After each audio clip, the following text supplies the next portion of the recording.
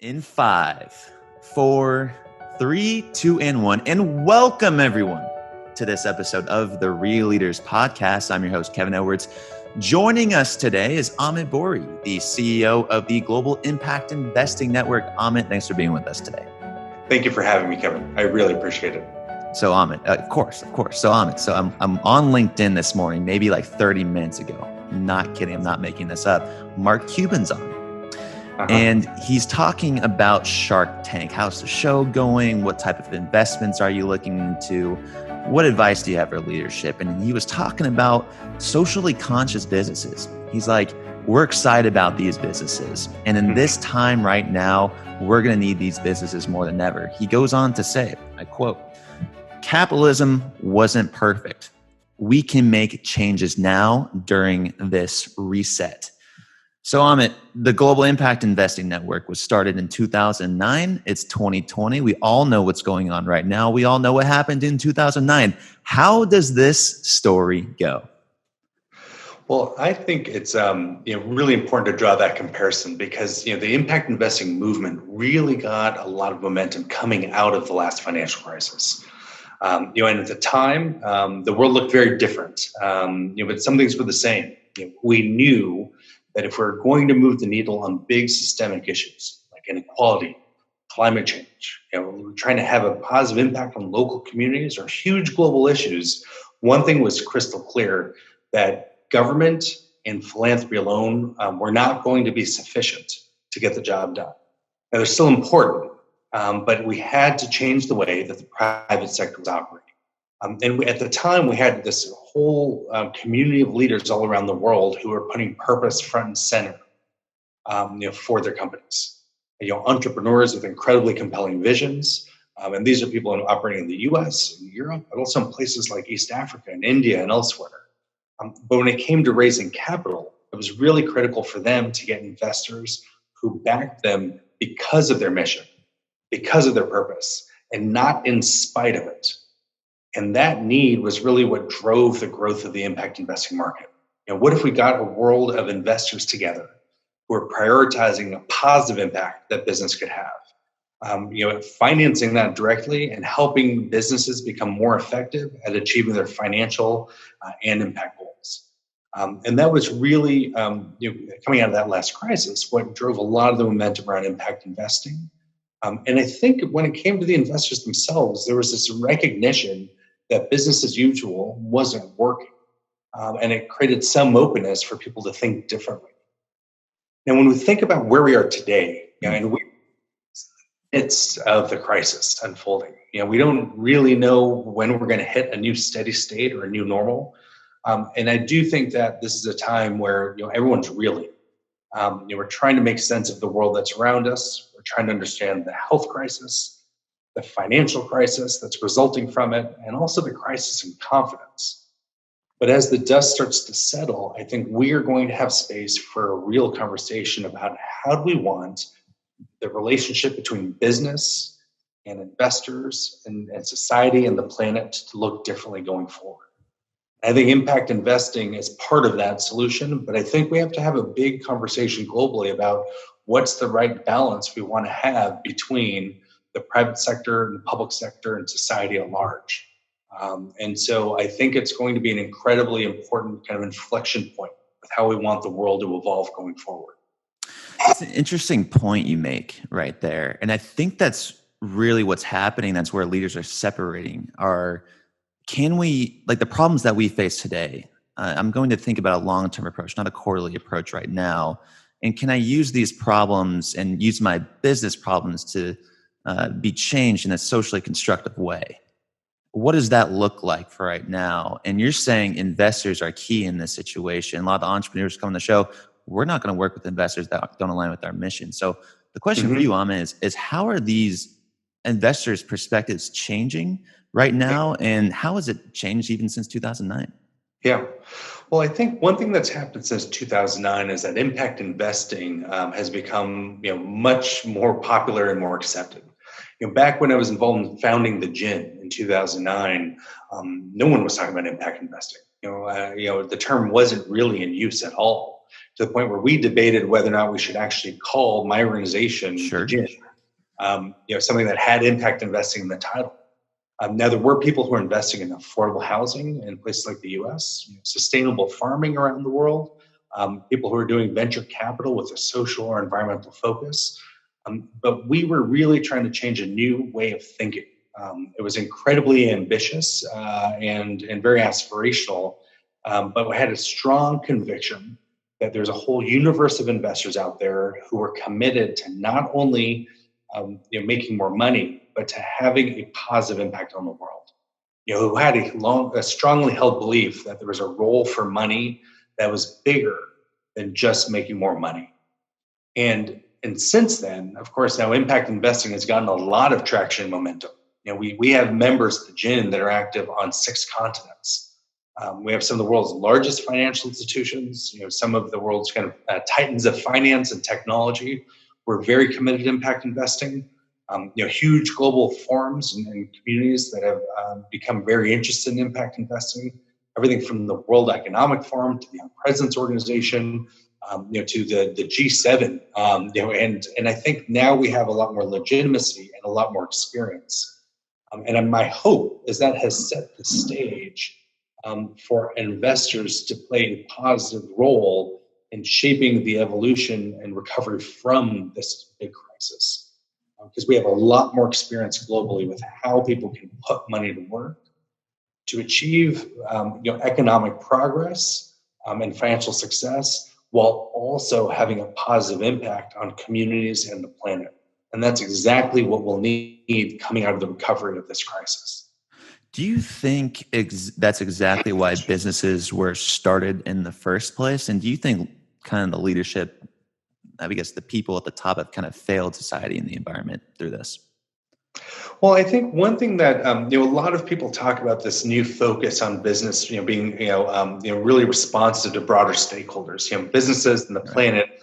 It's kind of going back to old-fashioned business. The sense that businesses were anchored in communities and had a strong conviction to not only making products and services, but really supporting the fabric of communities. I do think that one of the things that we found is that, of course, there are a lot of market pressures to think of short term. And as we've gotten more global, there's a disconnect between companies and place and community.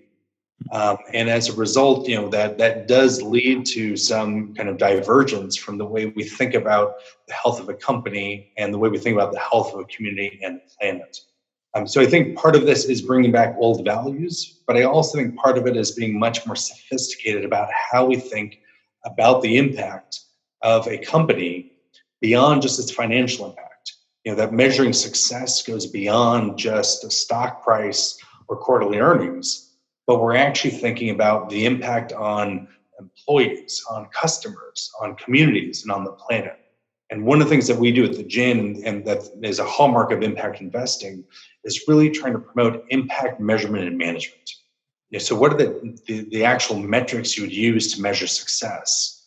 And I believe that success should be broader than financial success and should be much more holistic. So we are incorporating our effectiveness at achieving outcomes for the environment, for communities, and for the bottom line in a way that allows business leaders to have a much more holistic view about how they are being successful in building companies that have a positive impact on the world. Amit, it's very difficult for just a basic human to realize climate change. It's unless you're in parts of the world. Don't get me wrong. I don't want to be naive here, obviously, but it's very difficult to be impacted by something that you cannot see on a daily basis. I read a crazy article with the comparisons between COVID-19 right now and climate change. It's like, well, climate change is killing way more people. COVID-19 scares people. You can see it. People who are passing away at this time. So it's really interesting to me. So I guess the question for you is, do you think human behavior is going to change in the long term to combat all of these problems? Yeah. Well, I hope one of our big lessons from this experience is that the price tag on prevention is much smaller than trying to contain a crisis that's already unfolding. And I think when it comes to things like climate change, it is somewhat conceptual. It's this big, heady thing, right, that affects like weather patterns and the way that the wind travels and melting in the ice caps and things that are happening on islands far away. But one thing that has been very profound in the last 12 to 24 months is that the effects of climate change have been much more visceral. We've been battered by climate-related disasters. There were fires in the last 12 months, not only in the west coast of the United States, but in places like Siberia and Brazil and and Australia that were just massive. That reached global news and were absolutely shocking. Now, of course, fires will be part of the natural cycle in the environment, but these are we are now breaking a lot of records that you never want to break when it comes to things like the heat of the planet and things like climate-related disasters. So my hope is that we can have the sense of the greater good and the collective impact that we can have, person by person and company by company, and investor by investor, and that ultimately what we want is a more inclusive and more sustainable world. We all want that at a personal level, for our families and for our future generations. We also want that from a business level. If you're trying to build a business that lives through decades, we need stable societies and we need a stable planet that is sustainable and healthy. And so I think one of the things that's important for leaders to really think about is what are the near-term tactics, the moves and decisions you make today that set you up for long-term success. And one of the things that is key to long-term success will be a healthy planet and a healthy society. So I'm hoping that that we can bring that long-term view back to near-term decisions that we all need to make. It's interesting times. I totally agree with that. Like when I talk to just friends and family members about impact investing, a lot of them will have the hesitation that, oh, this doesn't make any sense. Mm-hmm. Why would I not want an investment that would make returns? What is impact? Well, I try to tell them, well, all investments have impact. It's mm-hmm. it's this. Mm-hmm. It's going to have a lower risk. It's going to be great, but they still are hard to. It's just hard for them to conceptualize. Sure. What do you tell people that can't grasp this concept? Yeah, well, I think it's important to recognize that we are challenging really kind of fundamental philosophical things that are so hardwired into our brains that it's hard to even realize that they're there. And what I mean by that is that we are trained to think that the only purpose of business is to create money for people, right? And the only purpose of investments is to create returns for the investor. And that is hardwired into our law, into our doctrine, into our culture, and just the way we think about things. And fundamentally, one of the things that was so ambitious when we launched the GIIN and worked with our network to really promote impact investing was it challenges this sharp divide we have in the world, where you invest money or have business to generate more profit and nothing else. And then you give money away, or the government, plays a role in trying to have a positive impact and doesn't think about the private sector at all. And what we're trying to do with impact investing is really promote an integrated way of thinking. That you can build businesses with a view towards doing more than one thing, and that is that you can have try to intentionally drive positive impacts, measure your effectiveness at generating those, and then trying to think about how do you drive a race to the top. In having a positive impact. This can include, just to make it tangible, things like trying to promote, green real estate and affordable housing. Like we all can understand physical buildings, and we need those to be accessible to everyone. And we have an affordability crisis in many cities all around the world, where working folks can't afford to live. We also, of course, are really aware of sustainable agriculture and the need to have a sustainable food system that's healthy, both for the environment, for the consumers, us, and also for the workers. And ultimately, I think at its heart, impact investing is about putting your money to work to build businesses that are sustainable and inclusive. And I think I often find that explaining real examples to people can be incredibly compelling. And increasingly, People want this for the money. I think they want their values to be reflected in what they invest in. And I think it can be incredibly motivating to think about your investments are actually creating the world, making the world a better place and creating opportunity and creating environmental sustainability as opposed to undermining them. Where are we right now in terms of how much money we have allocated to impact funds or impact driven companies versus where we need to go? Yeah. It's something we spend a lot of time thinking about at the GIIN, and I personally think a lot about. We recently published a size of the global impact investing market. And our research indicates that it's $502 billion in assets under management. Which in the grand scheme of the capital markets is a modest sum, but it's certainly big enough to mean that it's worth paying attention to. Now, I believe that impact should be part of all investing.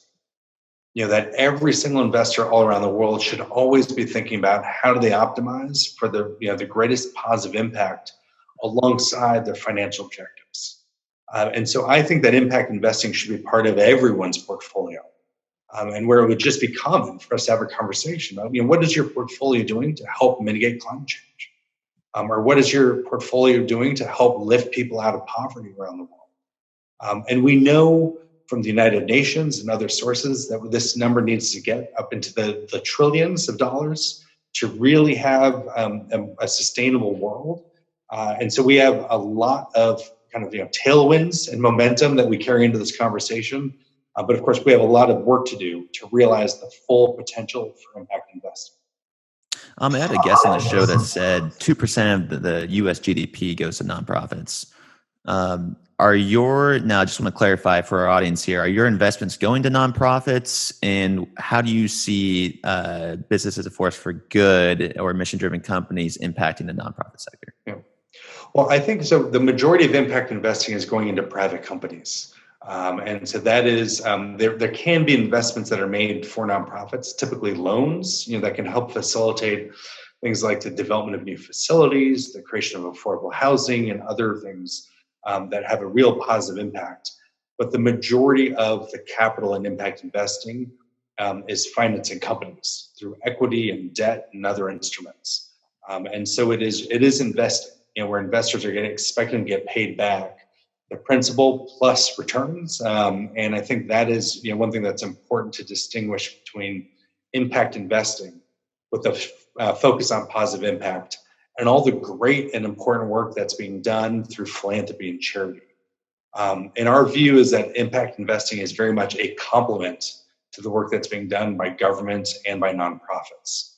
But I also believe that business has to be a force for good.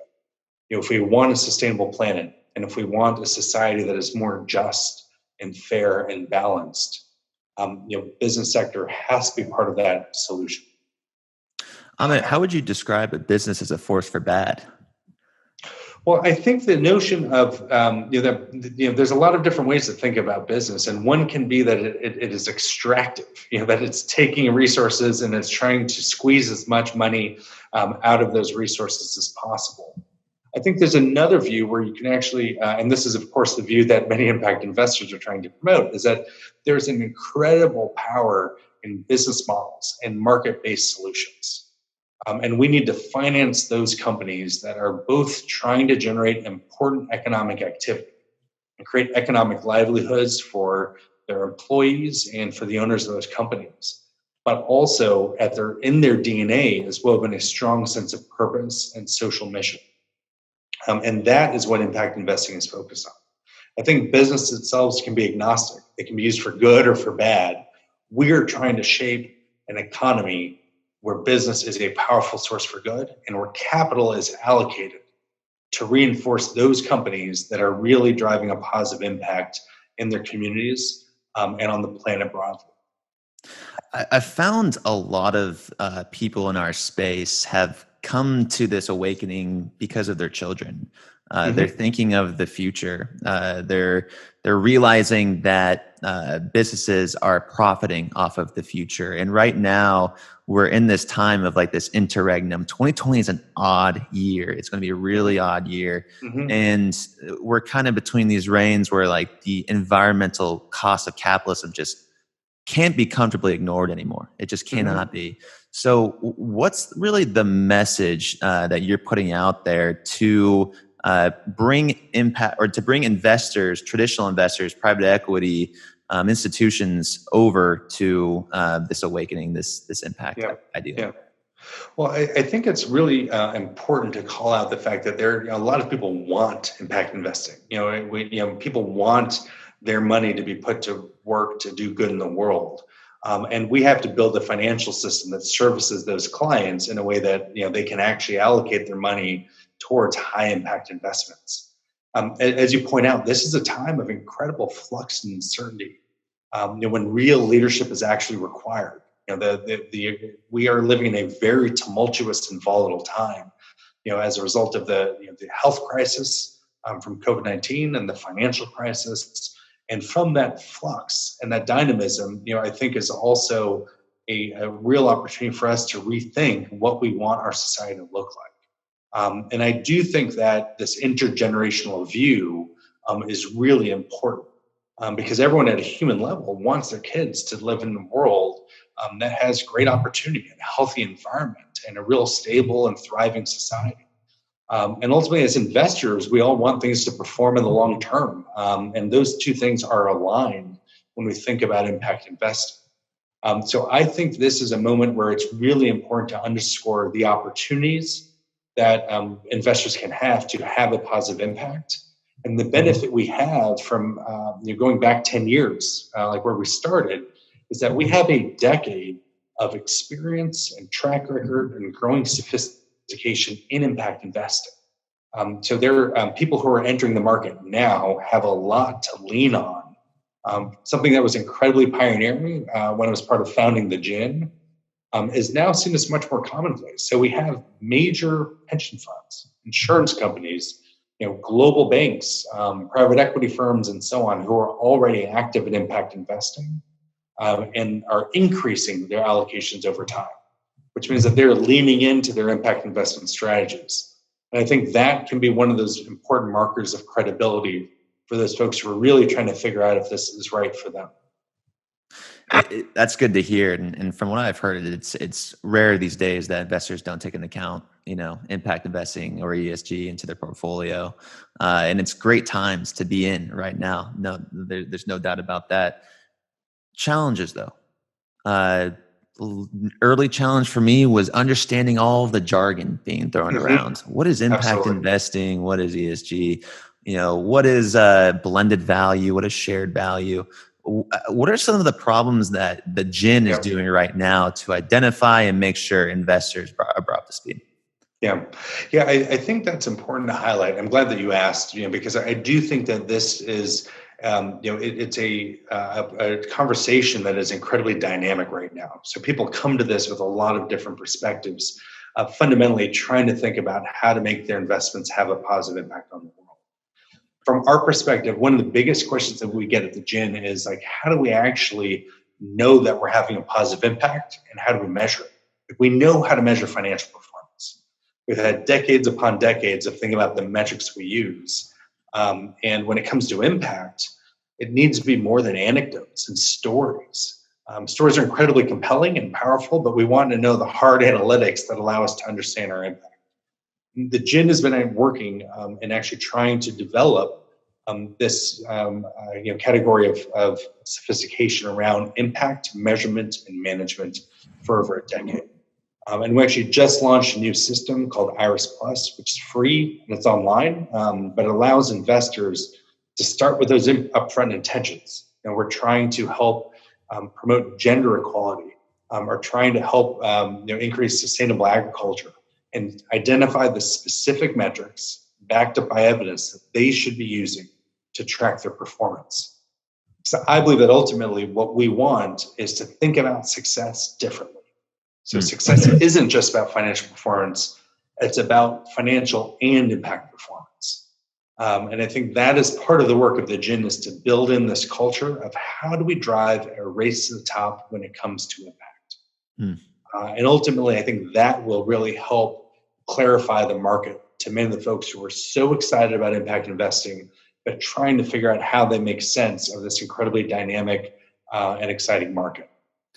I'm so fascinated by this as well, and that capitalism is just a vehicle to do this in general. It's just, how do we harness it right? How do we manipulate it to make sure that we're doing the right way? Now, you also mentioned we're measuring impact, and you I don't know, I don't want to put any words in your mouth, but you said you kind of distinguish financial measurements versus impact measurements. But can't financial results also be a measurement of impact as well? Absolutely, and I think what we need to strive for is a much more integrated view of performance. Hmm. Because if you leave a bunch of things out, you're prone to have unintended consequences. So if you're just solving for profit without paying attention to your impact on your employees or your customers, your communities, or the environment, that can lead towards a focus on a very narrow set of goals, which may lead towards a lot of negative impacts on those other stakeholders. So what we are working to do is really make sure that investors and business leaders have access to a much more holistic view of performance, and so that we're not just solving for bottom line profit on the short term basis, but we're thinking about long term financial performance, our overall sustainability, and how we are more inclusive in our economy. And so I believe that you manage to what you measure. It's a long-held kind of point of view in business and finance, and that absolutely resonates with me. And so what we want is a much better set of measures, and so that investors have a much more holistic view of a company's performance. And so business leaders themselves are working on solving for a much more integrated view on the impact that they're having. Speaking of measurements, speaking of goals, the United Nations has 17 of them they're trying to achieve by 2030. How is GIIN incorporating these goals into their framework? Yeah, those sustainable development goals, which were launched by the United Nations, set out a very ambitious and very important agenda for how we can achieve a sustainable world by 2030. We at the GIIN think that the SDGs, as they're called, are incredibly important. And we've actually built that system I mentioned earlier, IRIS Plus, which is the impact measurement and management system for investors. It's entirely framed around the SDGs. So, for example, you can pick the SDG that's focused on gender equality, or the SDG focused on ending poverty, and find the specific investment strategies that will help contribute to that high-level goal. We've seen globally that there's incredible uptake of the SDGs. It varies kind of country to country and investor by investor, but it has been very powerful around organizing the entire public and private sector around a common vision for creating a sustainable world. And our job at the GIIN is to work with this global network of investors that we have, that includes over 30,000 people on 6 continents, to help them put their money to work to help the achievement of the SDGs. Amit, I was on your website. I knew you were focused on SDGs, so that's why I gave you that one. But I was looking at your page on life above land. I'm interested. So when I think of life above land, a couple things that pop out to me are just restoring biohabitats, biodiversity, reforestation, things like that. So let's take reforestation, for example. Companies right now can either purchase carbon offsets for their companies. They can purchase, work with nonprofits or organizations to plant trees and, offset their carbon emissions again. What are some examples that you are seeing? And are carbon offsets an actual approach that can, work for the long term? Yeah. Well, I think forestry is an incredibly compelling example for impact investing, because we can obviously see how deforestation can wreak havoc on communities and the environment. And then when we talk about climate change, the forestry is so important, to how we actually mitigate climate change overall. There's a lot of impact investment activity specifically on forestry, and that is global. So it's in the United States, it's in places like Australia, New Zealand, Southeast Asia, and Africa as well. And I think it's an asset class where we've seen enough experience and track record that it's actually attracted institutional capital. So it's a very developed segment of the impact investing market.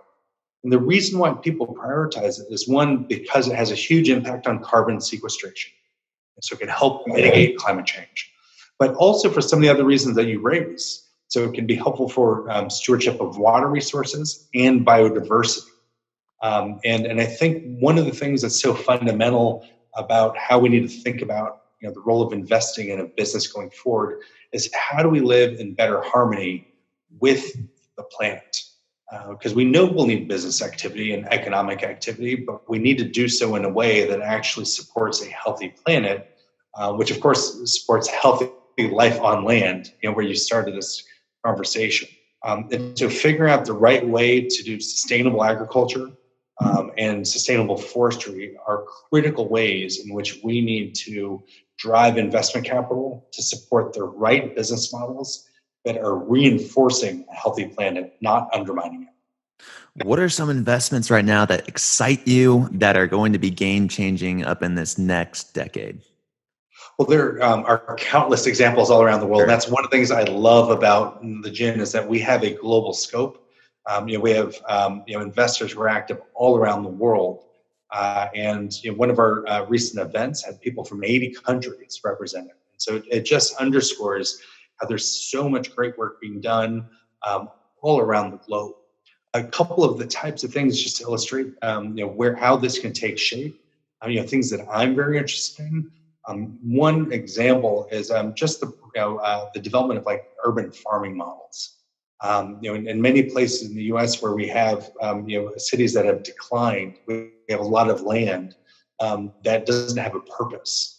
And I think we've seen a lot of interesting models of people developing urban farming that can both support local food, which supports local jobs, and also has a lower carbon footprint because it doesn't have to travel very far, as do the people who need to eat it. But also can create really interesting ways of changing the look and feel of cities that feels much healthier to the residents. Other examples of things that I'm excited about are clean energy access. It's a totally different type of model, but we have investors who are financing companies that are creating like household solar kits. And what that means is that people can put solar kits on their roofs that allow them to get renewable energy that's safe and reliable. Now, you may think about how this takes shape in a place like California or London, but we have a number of members who are also financing these companies in places like sub-Saharan Africa and India, where there are people who are living in rural environments who may lack access to the grid. And they have the opportunity to either burn fossil fuels, which of course is bad for the environment, but it's incredibly damaging to their health if you're burning things in your home for cooking and for light. And you can replace that with household solar kits and through business models that are designed to make it affordable to lower income populations. And that means that you have a tremendous environmental impact, a positive social impact. Your kids can read at night, they can study. They don't have to rely on fuels that damage their health. And these are models that have immense potential to scale. There are about 1 billion people around the world who lack access to safe, reliable energy. And if you can think about the impact that can be had if 1 billion people get access to something that is healthy and sustainable for the world. So I think one thing that's so exciting about the impact investing market is that there's no shortage of opportunities all around the world to put money to work, to finance entrepreneurs who are building models that are directly addressing critical problems facing communities. Amit, let's take that example in MENA, Middle East or North Africa. People are lacking access. Let's just say the half of the world's population are lacking access to energy. Okay, let's say in 20 years, we all have access to energy and life is good. Then what? And does that scare you? Well, I think what's most important, right, is to combine, the energy sources that are much more sustainable. You also with thinking about like how do we need to consume energy, and I think that's where you're getting at. If I'm reading between the lines of like how do we actually create a world that is sustainable, and of course, energy consumption and the type of energy that we're using is currently driving a lot of the damage that we're doing to the climate. And so I think that one of the things that we're seeing is this nexus of the opportunity to have a positive impact on the climate and a positive impact on social inequity. Because there's this big kind of topic of climate justice, that a lot of people who are lower income will feel the brunt of climate change in the harshest ways. And so it's really important to build a system that is both more sustainable from an environmental standpoint, but also creating the right types of economic opportunity for low-income people so they can have sustainable and healthy lives. Yeah, I guess what I was getting to is I feel like there's like the paradox, like when things get better, people also feel like they don't need to contribute more. So when I asked you, does that scare you at all? It's kind of like what's concerning is like, will human behavior change and realize that we still need to fund these investments? But I digress. Let's talk about you, though. I mean, you've got a lot of passion, a lot of charisma in your voice when you speak about these topics. What drew you to this space, and how'd you get involved? Yeah, well, I think it really for me it starts with how I grew up. I was actually raised in a low-income environment myself, and when I was born, I was born to a family of immigrants, and early on in my childhood, my parents got divorced. Unfortunately, my father had a lot of problems, and my mom had to divorce him. He had some issues with substance abuse, and we spent 6 years of my childhood on welfare. While my mom, who had been educated in India, needed to get her credentials in the U.S. to be gainfully employed. So she did that through a combination of junior college and then state school in California, and then worked her way right into the middle class. And I was able to access tremendous educational opportunities. I went to a great college on scholarship. I got to go to great graduate schools. In many ways, I saw the mobility that can happen in the span of one generation because I was experiencing that personally.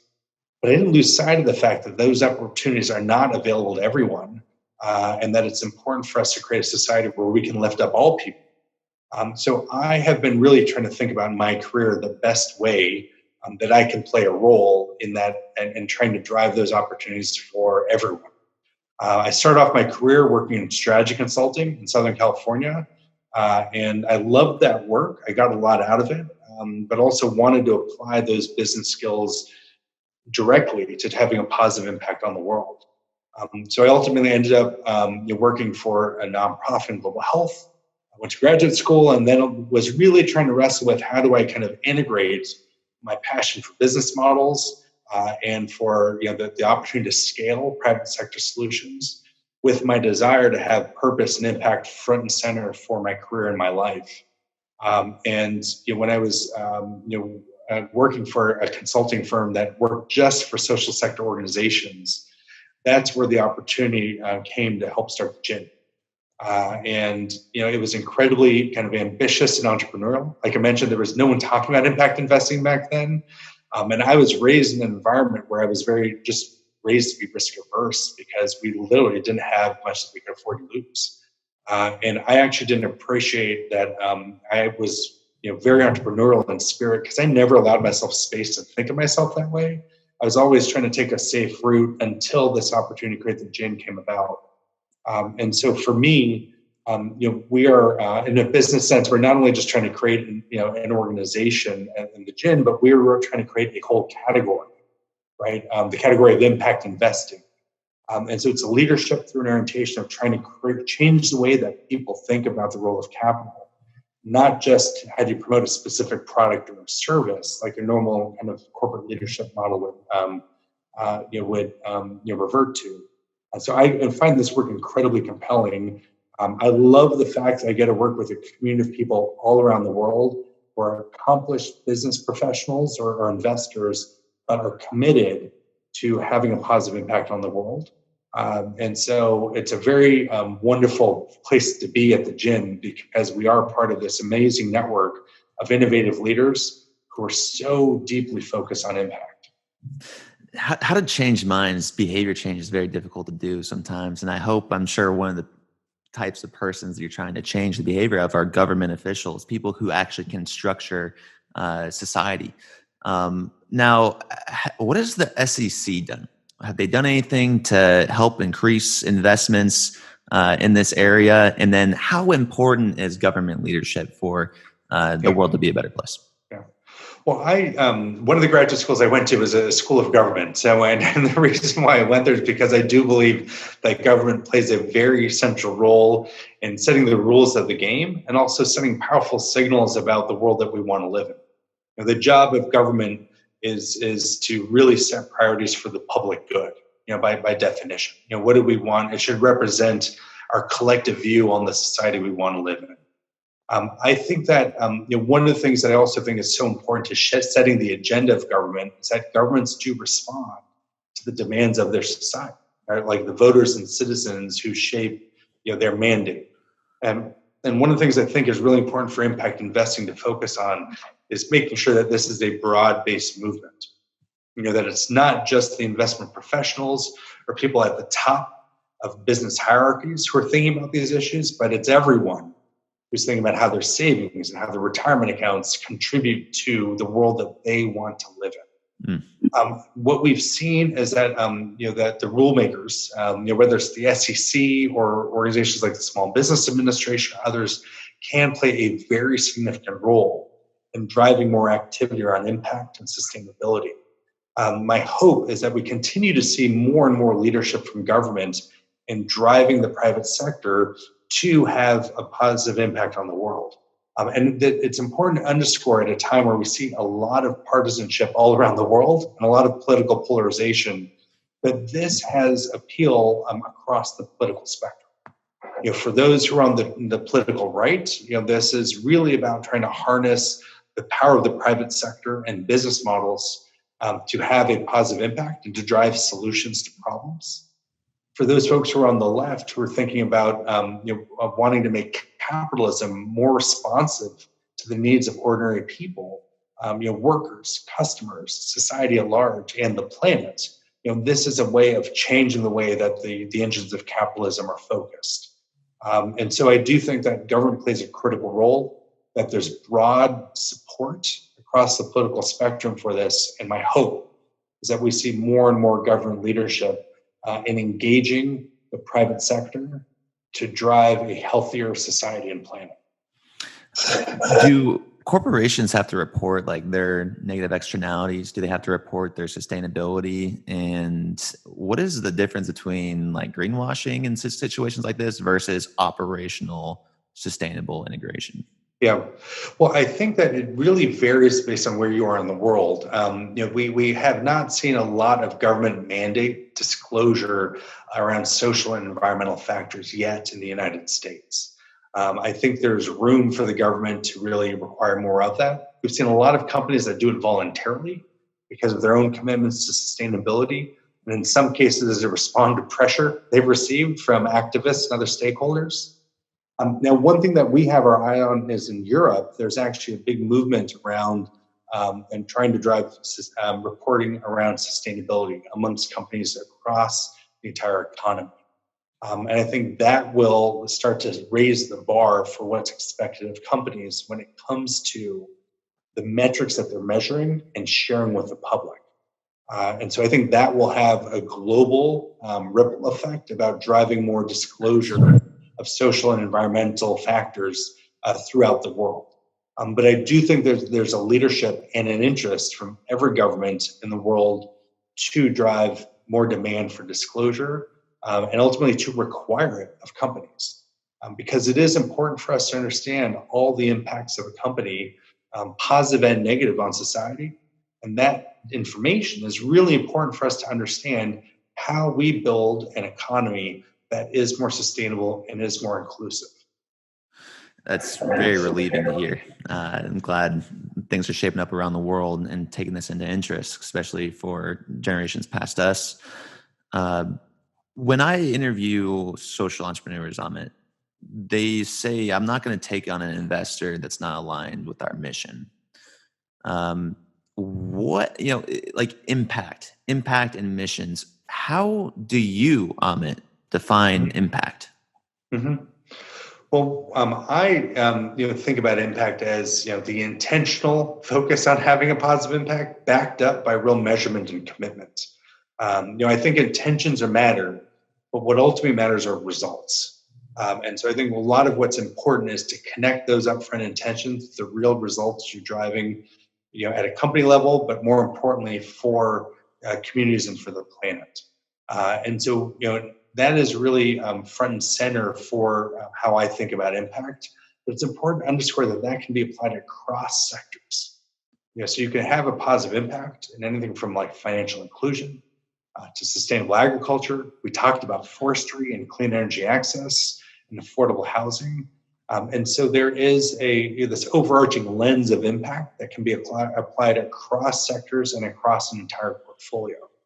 And I think that's incredibly powerful because it means that there's a lot of opportunity to think about the impact you were having as an investor or as a company leader.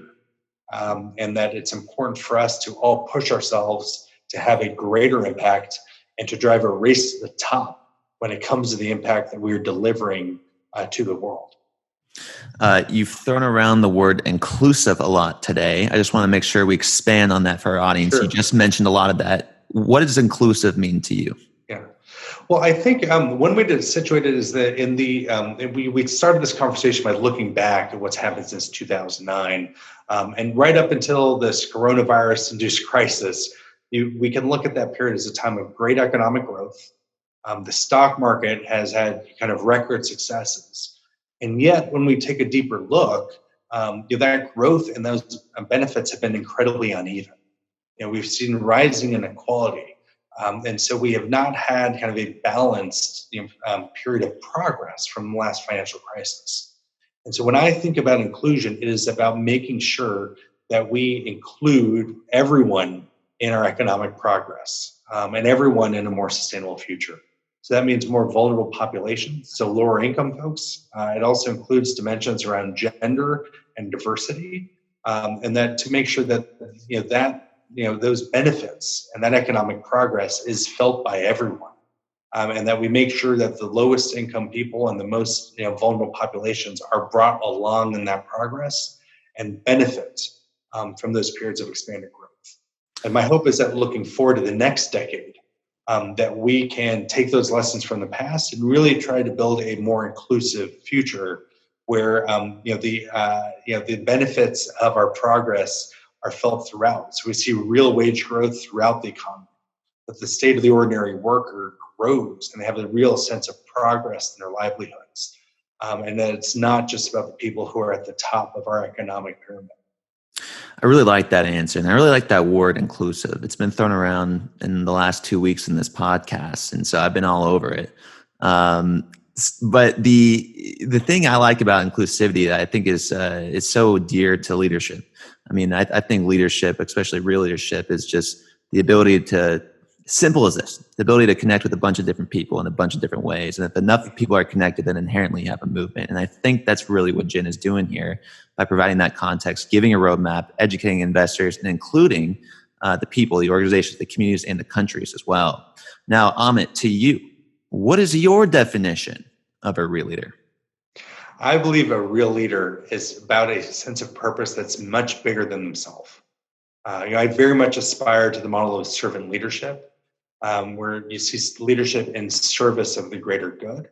And I think that can exist at the top of the world's largest corporations or largest investors, or people who are just playing a very positive role in their communities without any sense of real formal authority.